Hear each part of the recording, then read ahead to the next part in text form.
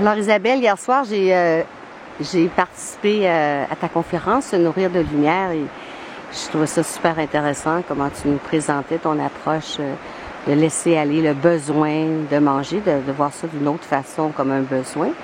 Et puis, je suis allée te décoder avant de venir à la conférence et j'ai réalisé que tu étais la magicienne blanche spectrale.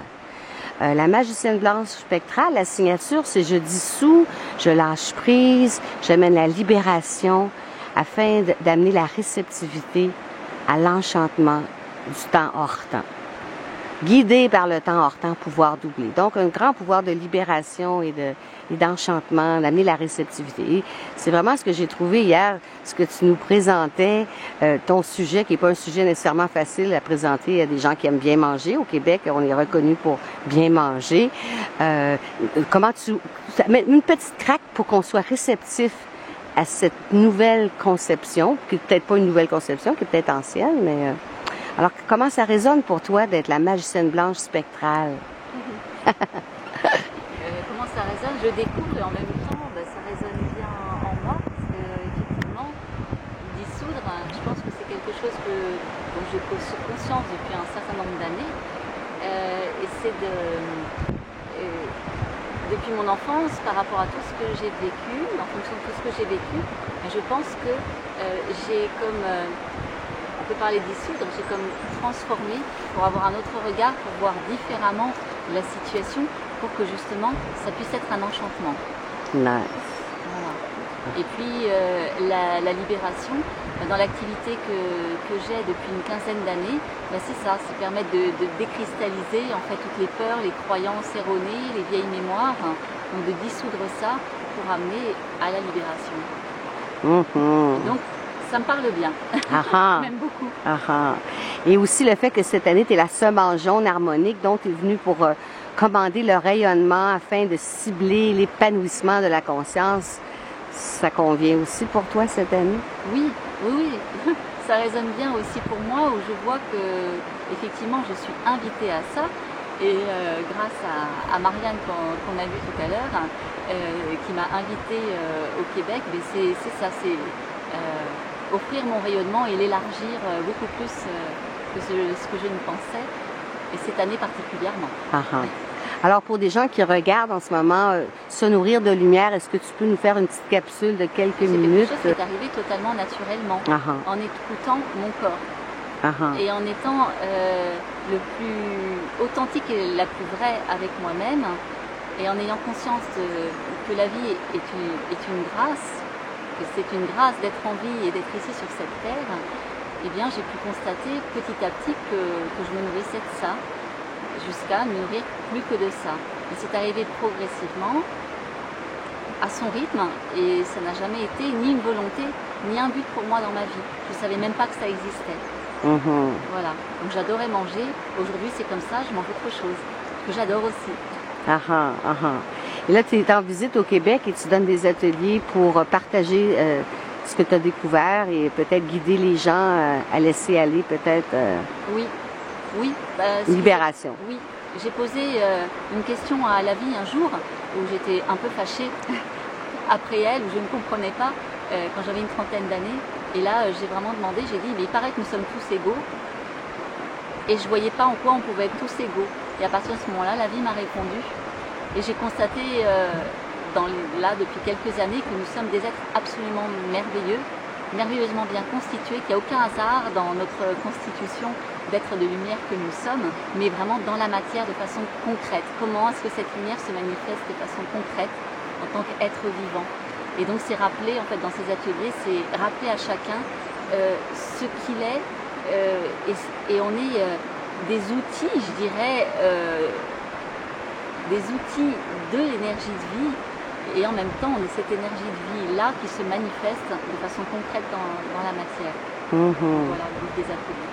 C'est très simple, c'est des choses de ce que nous sommes qui sont accessibles à tous, qui sont totalement gratuites, que nous fabriquons nous-mêmes, et donc c'est accessible absolument à n'importe qui dans le monde entier, sans argent. On possède tout ça, et c'est rappeler à chaque être vivant qu'il a un pouvoir immense dans ce qu'il est. Nice. Elle a tout dit. Elle a tout dit. Ça, c'est beau. Alors, par rapport à l'évolution spirituelle, quand on arrête de manger, on est moins dense, notre énergie va pas à la digestion, on a plus d'énergie peut-être. Est-ce que c'est possible qu'on pense plus clairement quand on mange moins, quand on est sur une diète de lumière? J'imagine que nos vibrations s'élèvent et donc on devient plus large, on voit plus large. On voit plus large, l'esprit est plus clair aussi, et c'est vrai que la pensée est plus claire aussi, on est beaucoup plus vigilant aussi. Mais cette densité dont tu parles, on l'est moins, il est très important d'être très ancré pour pouvoir accueillir cette fréquence-là. Donc c'est pour ça que j'insiste vraiment sur l'importance de la terre, l'importance de la matière, où nous sommes cette énergie de vie qui s'installe dans un corps, dans vraiment la matière, qui prend forme dans la matière, et c'est qu'en étant dans cet accueil d'être dans la matière que l'on peut être ce réceptacle de l'énergie de vie. Donc en parlant de fréquence, oui, on peut s'élever en fréquence vibratoire que si on est profondément ancré. C'est la toute première chose. Il suffit de regarder les arbres. Plus ils ont des racines, plus ils montent haut. C'est simple. On est entouré d'une belle forêt ici, alors oui. Les arbres, la rivière, tout nous parle. La fluidité, laisser aller. Maintenant, si tu avais quelque chose je veux juste faire clair ici que tu viens nous parler de se nourrir de lumière dans le sens que toi, tu as expérimenté des pauses dans ta vie où tu ne mangeais pas de nourriture physique. Tu te nourrissais d'énergie, de prana, de marcher dans la nature, les ions négatifs, c'était suffisant pour te nourrir, te donner ton énergie. Oui? Oui. OK. Maintenant, qu'est-ce que tu aurais à dire aux jeunes? Parce que là, on va écouter ça, on va dire, wow, est-ce que pas manger? Il y a souvent plusieurs réactions. Les gens vont dire, pas manger, c'est impossible. Il y a des gens, ça les choque parce qu'ils aiment manger. Oui, mais on dit, oui, mais on n'aura plus besoin de manger. Dans la 4e dimension où on s'en va, on va tous passer, on n'aura plus besoin de manger, on va se transformer. C'est un esclavage, manger. Bon, pour moi, c'est pas un esclavage de manger, je sais pas. Ben, faire à manger. Pour moi, tout est amour. Faire à manger, c'est aussi... Ce qui est important pour moi, c'est tout faire avec amour, peu importe quoi, et essayer d'être le plus possible vrai et intègre avec soi-même dans le faire à manger, dans le balayer, dans le faire la vaisselle, peu importe. Maintenant, ce que je pourrais dire aux jeunes par rapport à la nourriture, c'est juste maintenant de prendre conscience et d'être conscient. D'être conscient qu'on est en train de manger. Et quand on mange, c'est la terre-mère qui nous offre son sein, les fruits de ce qu'elle est, de ce qu'elle offre, avec une générosité immense, si on veut bien lui redonner sa juste place, comme la mère nous a donné le sein. Et cette terre-mère, elle, est dans un amour inconditionnel, avec une générosité inconditionnelle aussi. Et pour moi, c'est d'être beaucoup plus attentif et conscient de manger de cette façon-là les choses que l'on met dans la bouche. Hier, dans ta conférence, tu parlais beaucoup de gratitude, comment tu remerciais. Puis moi, ça m'a vraiment réactivé complètement la gratitude. C'est comme, oh yes, parce que c'est vraiment une clé pour augmenter le taux vibratoire, ça, d'être dans la gratitude. Oui, ça a été une grande clé pour moi, parce qu'ayant vécu de très très grosses dépressions, eh bien un jour, j'ai appris à dire merci. Merci pour tout. Et alors, hier, tu parlais d'urinothérapie, comment se guérir avec notre urine. Veux-tu nous parler un petit peu de... Alors, pour moi, comment j'ai découvert ça, c'est que j'ai eu un début de cancer de l'utérus et je ne savais pas comment soigner ça, à part ce que la médecine me proposait, et j'avais envie d'expérimenter autre chose, et si ça ne fonctionnait pas, je me serais fait opérer. Et là, eh ben, est venue devant moi, en tout cas, cette possibilité-là, en image, puisque c'est souvent comme ça, je demande à la vie, et la vie me répond. Et là, la réponse, c'était l'urinothérapie. Alors je me suis dit, bah, pourquoi pas, si c'est ça qui peut m'aider à guérir, je vais expérimenter. Et c'est comme ça que j'ai découvert, les bienfaits en fait de notre urine, alors qu'au début ça me rebutait au point où je voulais même pas en entendre parler. Et là, à travers ça, j'ai pu aller à la rencontre de moi, parce que voir quelque chose que l'on produit soi-même, ça nous apporte une énergie d'amour impressionnante à soi-même. C'est s'apporter. Et donc apprendre à s'aimer même à travers ce geste simple. Peut-être pas facile pour faire le pas, mais très simple. Et puis je suis allée à la rencontre de tout ce que en fait l'urine pouvait apporter comme bienfait et pourquoi. Et puis aujourd'hui c'est ce que je présente dans mes ateliers aussi, ce dont je parle, parce que pour moi ça m'a été d'une grande aide, aujourd'hui encore d'ailleurs. Et c'est quelque chose qui est totalement gratuit, qui est accessible absolument à tous. On en produit tout autour de la Terre, tout autant que nous sommes. Donc ça fait partie aussi des merveilles de l'être humain qui prouvent que nous sommes tous égaux dans cette puissance de vie. Nice.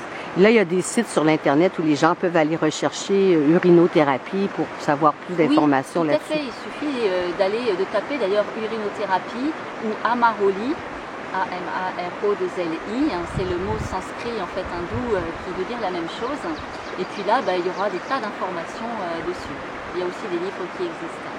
Et vous les trouverez aussi sur les sites. Merci. Pour terminer, tout à l'heure, tu disais que quand on est conscient de notre connexion avec ce qu'on mange, avec la terre, ça nous nourrit plus que si on mange inconsciemment sans penser à ce qu'on mange. Alors, si je mange une pomme et je pense à la fleur, à l'abeille, je la vois grossir, cette pomme-là va me donner plus d'énergie. Je vais ouvrir une autre porte avec cette pomme-là. La fréquence énergétique de la pomme va être différente, qui va augmenter aussi ta fréquence énergétique, déjà parce que tu es dans la conscience, et en plus parce que la pomme va te l'apporter par sa gratitude aussi, puisque la relation à l'aliment, c'est une relation et c'est une relation d'amour. Ah, merci beaucoup. On fait une petite spirale de coopération? Oui! Tu veux nous rejoindre? Viens.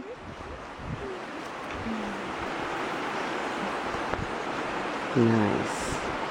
Alors, avec Marianne, la marcheuse du ciel auto-existante, et Isabelle, la magicienne blanche spectrale, et Odous, la guerrière jaune magnifique. Oui. Yeah! Alors, in la cache, in la cache, in la cache, in la cache, in la cache. Cha!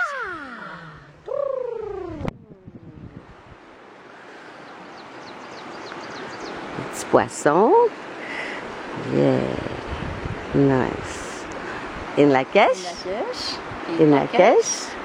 In la cache, et on l'envoie au ciel. Tcha! Merci beaucoup!